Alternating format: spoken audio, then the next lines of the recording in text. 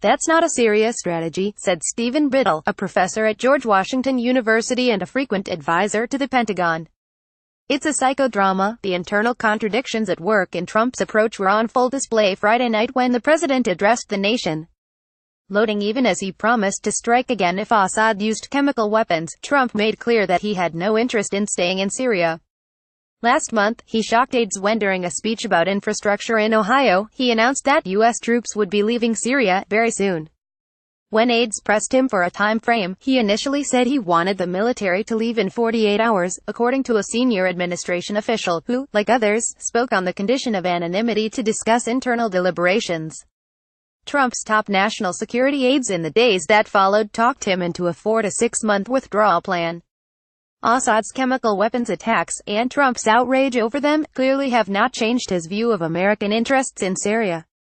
On Friday, he called on U.S. allies to do more to stabilize Syria, drive out Assad and ensure Iran does not benefit from the defeat of the Islamic State. He also made clear that America's help would be limited. "No amount of American blood or treasure can produce lasting peace and security in the Middle East. It is a troubled place," he said. "The United States will be a partner and a friend, but the fate of the region lies in the hands of its own people." Barack Obama had set a red line regarding the use of chemical weapons in Syria and then backed away from military action.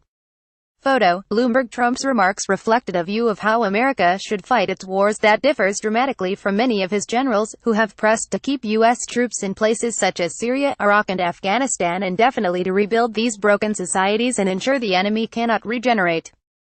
Defense Secretary Jim Mattis on Friday called on all civilized nations to urgently unite and work to end the Syrian civil war through the stalled United Nations peace process. Trump, by contrast, did not mention diplomacy in his remarks. Rather, he suggested the best way to ensure peace rested with a military so powerful that no sane nation or terrorist group would even think of messing with it. "His dream would be to have a strong military that protects our homeland," said the administration official.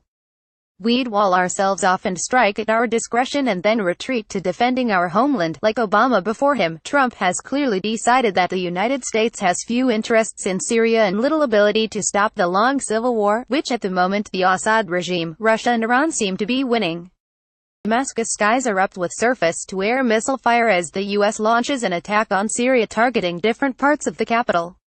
Photo: AP. "What we saw last night is that he's worried about the Islamic State and he's worried about chemical weapons," said Mara Karlin, a former Pentagon strategist and professor at Johns Hopkins University.